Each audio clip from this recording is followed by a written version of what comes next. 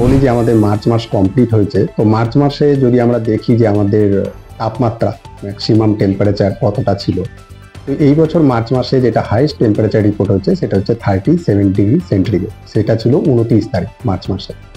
আর আমরা যদি লাস্ট 10 ইয়ার্সের তাপমাত্রা দেখি যে ম্যাক্সিমাম টেম্পারেচার মার্চ মাসে কত ছিল, তাহলে 2014 সালে হাইয়েস্ট টেম্পারেচার রিপোর্ট হয়েছিল 37.8 ডিগ্রি সেন্টিগ্রেড ত্রিপুরার ওপরে। তো তার তুলনায় কিছুটা কম রিপোর্ট হয়েছে, কম টেম্পারেচার হয়েছে এই মার্চ মাসে। আর আজকে যদি আমরা দেখি তাহলে আজকে আমাদের টেম্পারেচার আছে 34.4 ডিগ্রি সেন্টিগ্রেড। আর আইএমডি আগরতলা লাস্ট 7 ডেজ ধরে আমরা হট অ্যান্ড হিউমিড ওয়েদারের ওয়ার্নিং দিয়ে যাচ্ছিলাম। তো আজকে যেহেতু আমরা লাস্ট 5 ডেজে দেখছি যে টেম্পারেচার কিছুটা কম হচ্ছে, আজকে যেমন রিপোর্ট হচ্ছে 34.4। তো এই পরিপ্রেক্ষিতে আমরা আজকে হট অ্যান্ড হিউমিড ওয়েদারের ওয়ার্নিং সামনের 5 দিনের জন্য উইথড্র করেছি। আর এর সাথে আমি আরেকটা বলতে চাই যে আমাদের যে সিজনাল ফোরকাস্ট আছে, আমরা প্রত্যেক মাসে এবং সিজন অনুযায়ী আমরা ফোরকাস্ট ইস্যু করি।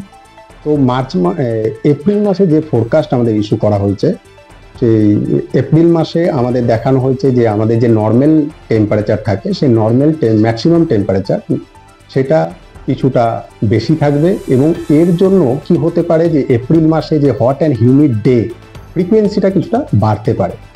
তো এই গেল হচ্ছে আমাদের এপ্রিল মাসের আবহাওয়া মানে তাপমাত্রা কিরকম থাকবে।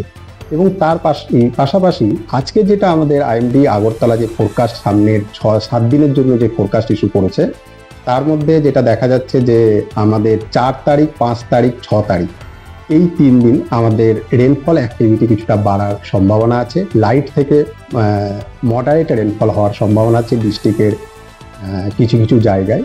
এবং তার সাথে সাথে থান্ডারস্টর্ম এবং লাইটনিং এবং থান্ডারস্টর্মের সাথে কিছুটা ঝোড়ো বাতাস, যেটার গতিবেগ 30 থেকে 50 কিলোমিটার বেগে হওয়ারও সম্ভাবনা আছে প্রত্যেকটা ডিস্ট্রিক্টের 1-2 জায়গায়। এবং তারপর 7-8 তারিখ আবার রেনফল অ্যাক্টিভিটি কিছুটা কম হতে পারে, তার জন্য প্রত্যেকটা ডিস্ট্রিক্টের 1-2 জায়গায় লাইট রেনের সম্ভাবনা দেওয়া আছে। এবং এর পাশাপাশি যদি আমি রেনফলের দিক থেকে দেখি যে গত মার্চ মাসে যে রেনফল আমাদের রিপোর্ট হয়েছে সেটা হচ্ছে গোটা ত্রিপুরার উপর এভারেজ রেনফল, সেটা 5.4 মিলিমিটার। আর যদি আমাদের নর্মাল রেনফল মার্চ মাসে জেনারেলি যেটা ত্রিপুরার উপর রিপোর্ট হয় সেটা হচ্ছে 66.8 মিলিমিটার।